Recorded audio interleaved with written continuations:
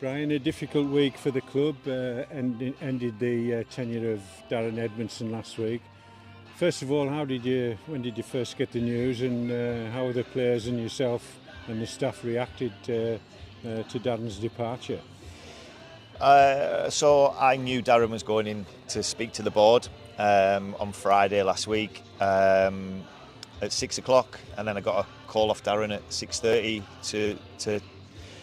to tell me that he was relieved of his duties, which, you know, we were all obviously disappointed that was the case, because you know, Darren's been great. The players have really took to him, the staff have took to him. Yeah.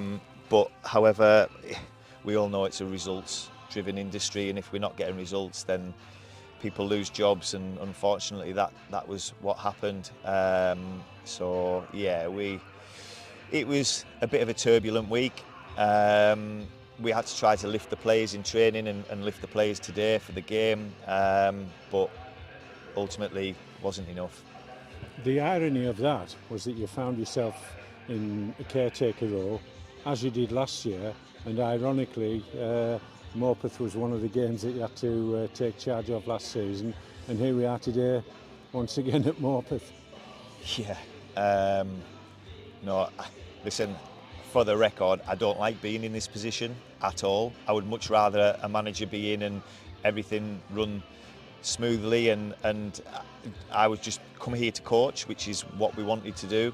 So what's your brief from the board? Just to hold the reins until such a time? Yeah. Me and Billy steady the ship like we tried to last season. Obviously, it's a much more difficult prospect now because of where we are in the league, and confidence is low. You can see that with the players, especially, you know, when you do go a goal down, you know, you can see the heads drop, and you can see it's difficult to motivate them. We're okay until that first goal goes in, would you agree? I think we were fine. We played. I think if you watch the game back, I think we were probably the best team from box to box today.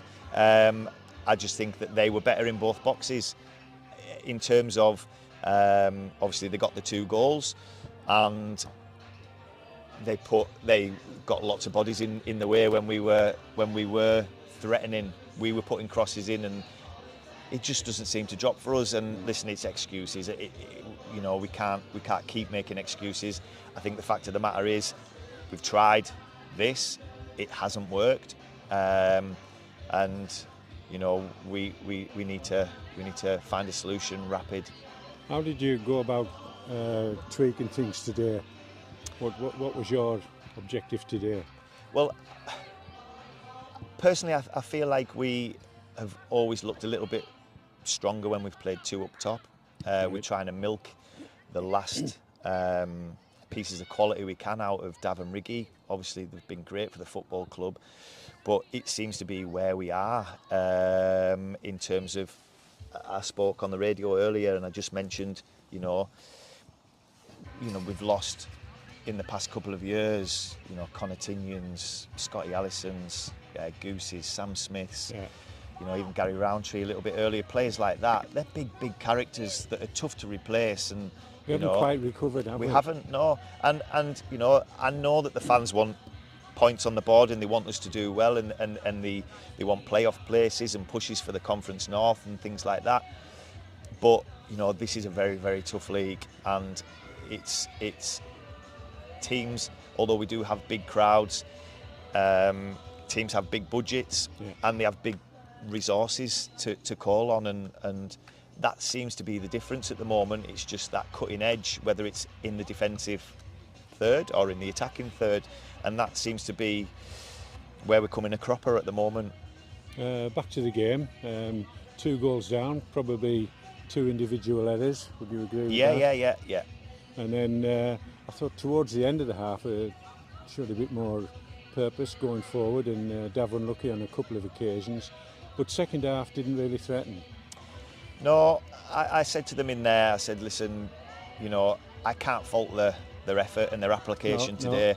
The desire to close down, to win battles. I thought, you know, we competed, but the nuts and bolts, and we're just huffing and puffing Yeah. without that real cutting edge in both boxes, and that's what we keep going back to on today. On Tuesday we've got an easy game against Trinity. They Yeah. come thick and fast, Yeah. and you know, quality side obviously. Any injuries from today? Or? Jake Allen will be out. He's pulled his groin. Right. He doesn't have much luck, does he, Jake? Yeah, I think he's made of chocolate, isn't he? But he's such a good footballer. You know, and it's a real blow for us, that, because he was somebody that, you know, we were really excited to get in. You know, we thought with the inclusion of him, Greg McCarriger, really, which is, you know, it's only his second game, and Hayden, it would bring a little bit of steel to us, and I think it did in certain aspects of it. But then obviously he comes off, and, you know, 6 minutes later we find ourselves 2-0 down. I'm not saying that's the reason, of course it's not, but like the distraction and the disruption doesn't help.